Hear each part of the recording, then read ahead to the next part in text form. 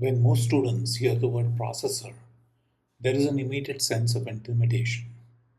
It feels like something deeply complex, something that requires layers of abstraction, something only specialists understand. You hear terms like architecture, pipeline, cache hierarchy, out of order execution, and it all starts to feel overwhelming.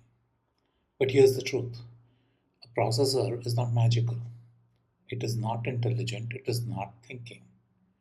It is simply executing a sequence of instructions, one after another. And each instruction is extremely simple.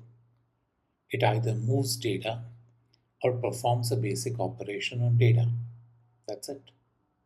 The reason processors feel complex is not because the core idea is complex, it's because we have built layers of optimization on top of something simple. If you understand the simple version, everything else becomes an extension. So in this video, we're going to strip everything down to its essence and build a mental model that will make the deeper video feel natural instead of intimidating.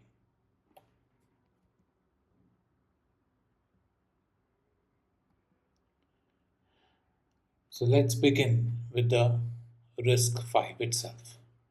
RISC-V is not a processor. It's not a chip you can hold. It is what we call an instruction set architecture. Think of it as a contract.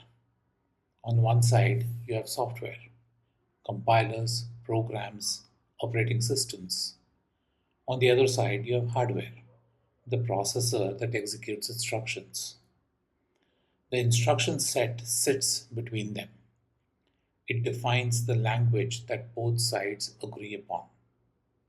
It tells us what instructions exist, for example, add, load, store, what registers are available, how data is represented, how instructions are encoded in binary. But it does not tell us how to build the processor. It does not specify how many pipeline stages to use, how to design the cache, how fast the clock should run. This separation is powerful because it allows many different processors to implement the same instruction set. RISC-V goes one step further. It is open, which means anyone can implement it, and it is modular. You can start simple and add complexity only when needed. Now let's build a processor from scratch. Not a complex one, the simplest possible processor that can actually execute instructions. We need five things. First, a program counter. This tells us which instruction we are currently executing. You can think of this as a pointer into the program. Second, instruction memory. This is where the program lives, a sequence of instructions stored in memory. Third, a register file. This is small, fast storage inside the processor. This is where all the active data lives. If the ALU is the engine, the registers are the working surface. Fourth, the ALU, the arithmetic logic unit. This is where computation happens: addition, subtraction, logical operations. And finally, data memory, because programs need to access data beyond what registers can hold. Everything that happens in a processor is data flowing between these blocks. There is no hidden mechanism, no mystery, just structured movement of data. Let's now zoom into a single instruction. Forget programs for a moment. Just one instruction. What happens? Step 1, fetch. We use the program counter to fetch the instruction from memory. This instruction is just a binary pattern. Step 2, decode. We interpret that binary pattern. We figure out what operation is this, what registers are involved. Step 3, read operands. We go to the register file and read the values we need. Step 4, execute. The ALU performs the operation. Add, subtract, compare. Step 5, write back. The result is written into a register. And that's it. That is a complete instruction. Now imagine this happening millions or billions of times per second. This is what a processor does. Now, registers are the most important concept to internalize because this is where computation actually happens. In RISC-V, we have 32 registers. They're labeled x0 to x31. Each one holds a value, either 32 bits or 64 bits. Every instruction reads values from registers and writes results back to registers. There is one special register, x0. It is always 0, no matter what you do. It never changes. This may seem like a small detail, but it simplifies hardware design and instruction encoding significantly. Another key point, the ALU does not operate on memory directly. It only operates on register values.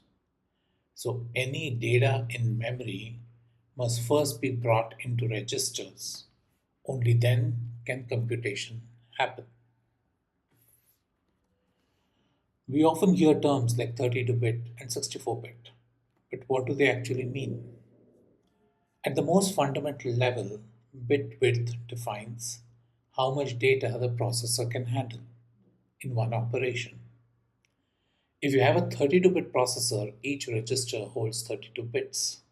The ALU processes 32-bit values. Every operation works on that width. If you move to 64-bit, everything becomes wider. Registers double in size. The ALU data path becomes wider. And you can now process larger values with a single instruction. But there's another consequence, addressing. A 32-bit processor can address about 4 gigabytes of memory. A 64-bit can address vastly more. So when systems become memory heavy, moving to 64-bit become essential. But wider is not always free. A wider data path means more transistors, more power, and more area. So this is always a design trade-off. Now let's talk about something that dominates real systems, the difference between registers and memory. Registers are extremely fast. You can read them in a single cycle. They sit right next to the ALU. But memory is far away. Accessing memory can take hundreds of cycles. This is not a small difference. This is a massive gap. So what does the processor do? It moves data from memory into registers, performs computation, and writes results back. In fact, in many real systems, the time spent moving data is larger than the time spent computing. This is one of the deepest insights in computer architecture. So why is memory slow? Because it is physically far from the processor. On a chip, distance matters. Signals take time to travel. So we introduce cache, a smaller memory placed closer to the processor. And now we create a hierarchy. L1 cache, very small, very fast. L2 cache, larger, slightly slower. Main memory, very large but slow. This works because of locality. Programs tend to reuse data. If you access something recently, you're likely to access it again. So cache tries to keep the data close. And if it succeeds, performance improves dramatically. So let's walk through a real instruction. Add x1, x2, x3. Step 1. The program counter fetches the instruction. The instruction is just bits in memory. Step 2, we decode it We recognize this is an add operation. We need registers x2 and x3. Step 3. We read values from x2 and x3. These are fast operations. Step 4. The ALU performs the addition. Again, very fast. Step 5. We write the result into x1. Notice something. Everything here happened using registers. No memory access was needed. This is why register-based execution is fast. So far, we've looked at register-based operations, but real programs need memory. This is where load and store comes in. A load instruction brings data from the memory into a register. A store instruction writes data from a register to memory. For example, LWX1 0x2 means go to memory address stored in x2, read the value, and place it in x1. This is fundamentally different because now we are accessing memory, and that is slow. So the moment memory is involved, timing becomes critical. So everything we've seen so far is a structural view.